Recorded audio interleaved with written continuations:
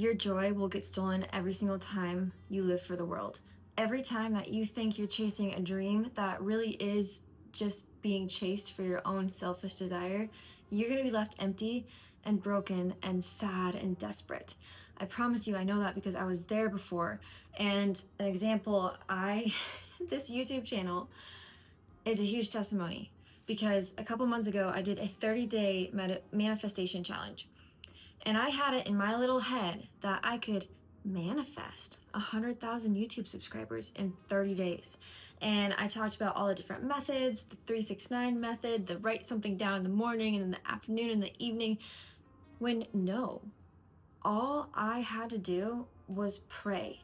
All I had to do was ask the Lord and keep asking and pray to posture my heart for the betterment of others, not so I can get accolades and money and all the things, but that He can use me as a vessel.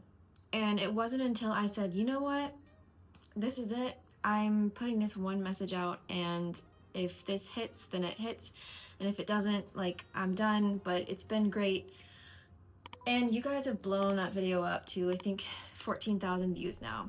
And it just goes to show that at the end of the day, humans can try to think that they're in control. Humans can do these manifestations and, talk to the universe. But it isn't until we lay it down at Jesus's feet and God's feet and say, I surrender. I don't want to do it my way anymore. I want to do it your way, because my way has not been working out. That God smiles and He's like, okay, here's your blessing, because you finally get it, child. You finally understand that this world, the adversary in this world, is here to kill, steal, and destroy. To kill your relationships, steal your joy, destroy your life. And God is here to circumvent that. He is there to save us. He's there to help us at the end of the day, 1, have hope, 2, have somewhere to run to when we're feeling really desperate and lonely. But I cannot believe, I'm like a little bit ashamed to admit that I did this whole 30-day thing, and you can go watch that video.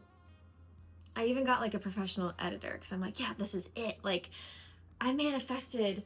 No, that was putting all the power in my hands, and I don't have the power. All I have is His word and His way.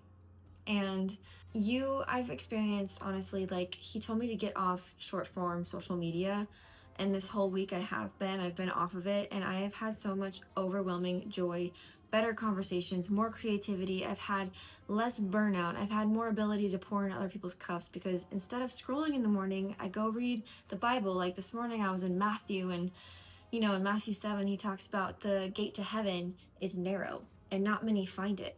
But the path to destruction is wide. The gate and the path is wide, and many people walk it. And it hit me, and it was just like, the gate to heaven is narrow, and not many people find it.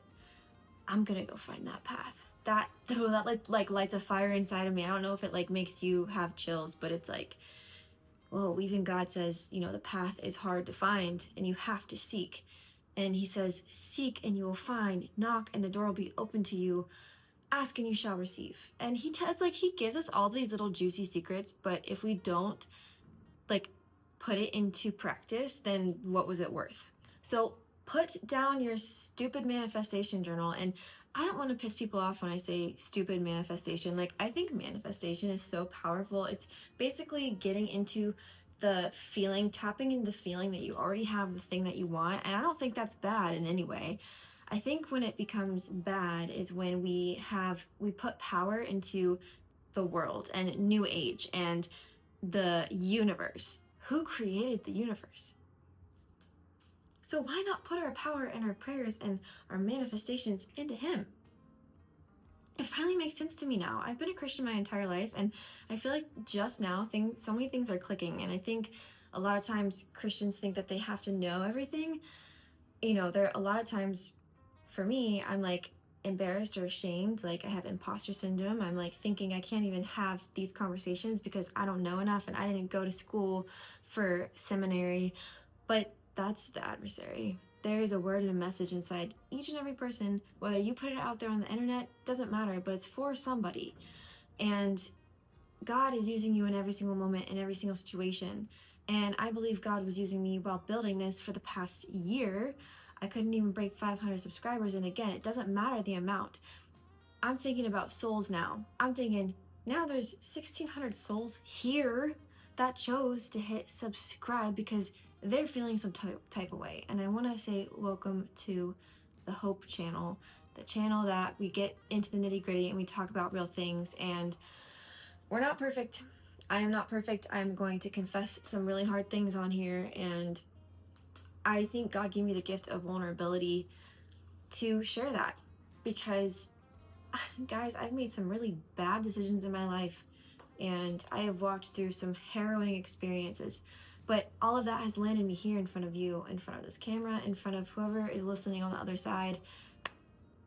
Thank you for being here, and I love you, and God sees you. And when I say these things, you know, it kind of feels trite, but whether you believe in God or you don't, here's the thing.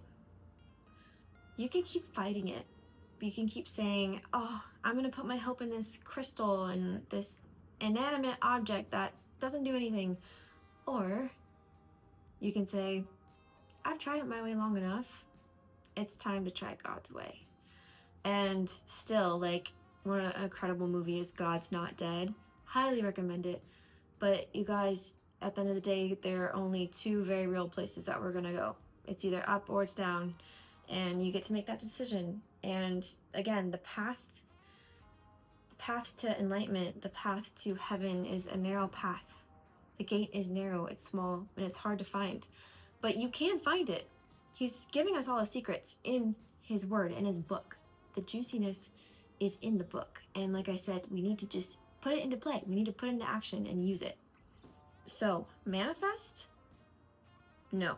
Pray? Yes. Pray and manifest while you're manifesting, praying? Yes. See what happens in your life. You have one thing that's on your heart right now, and you can think about it or say it out loud. Go pray on it.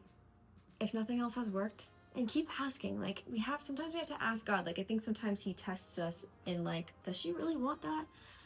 Because she's only mentioned it like a few times. I think God can change his mind too. I think he can say, you know what? You can have this. You've been faithful. Well done, my good and faithful servant. Like, here's some gifts of the world, of earth, of God. If you found any helpfulness in this video, feel free to subscribe. We're gonna hang out here. We're gonna have a good time. And I'll catch you guys later.